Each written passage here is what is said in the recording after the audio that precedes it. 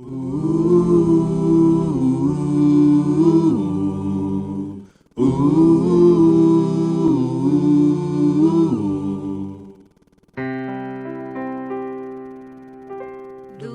teu falar,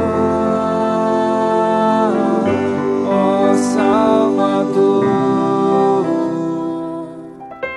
jamais vou duvidar.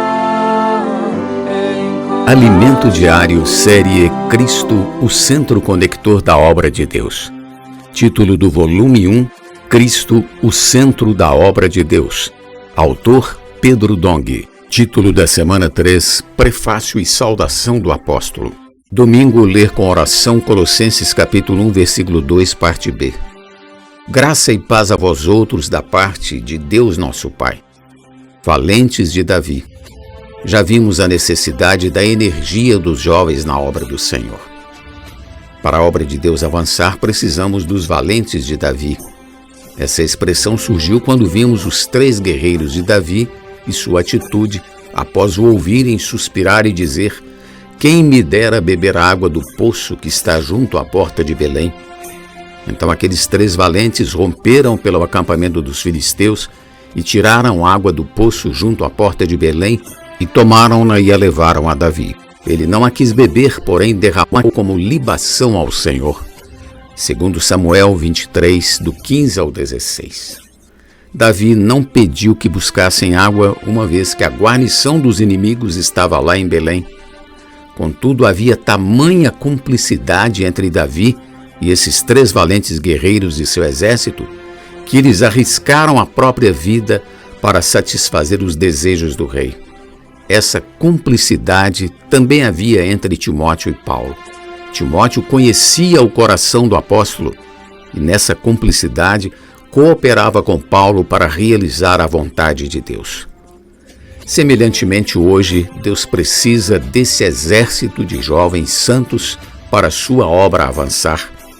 Jovens maduros que estejam alinhados com a palavra profética, seguindo-a de perto. Então basta um suspiro e os soldados já sabem o que fazer.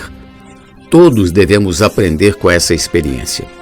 Às vezes, o irmão me contata pedindo-me para opinar acerca de um evento que será realizado em sua igreja. Eu expresso meu sentimento, dou minha sugestão, mas o irmão diz que já está tudo preparado para fazer de outro jeito. Isso é preocupante, pois se você reconhece alguém como homem de Deus, o que ele fala deve ter peso. Se conhece o coração de quem está à sua frente, você o seguirá sem nenhum questionamento. Se o sentimento não for de Deus, o Senhor revelará. Portanto, nosso sentimento para com servos do Senhor deve ser semelhante ao dos 3 valentes de Davi. Aos Colossenses, Paulo e Timóteo escreveram assim, Colossenses 1, versículo 2, parte A. Aos santos e fiéis irmãos em Cristo que se encontram em Colossos.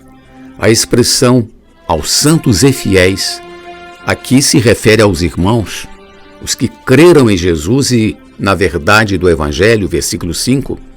Eles são santos porque foram separados e santificados por Deus posicionalmente. O mesmo aconteceu conosco. Quando cremos no Senhor Jesus, pela palavra do Evangelho, fomos reconectados com Deus, mudamos de posição diante dele e nos tornamos santos. Contudo, isso não significa que nossa alma também tenha sido santificada. Por essa razão, muitas vezes ainda não há unanimidade nos irmãos. A igreja em Colossos era composta de todos os daquela cidade que creram e foram regenerados pelo Espírito.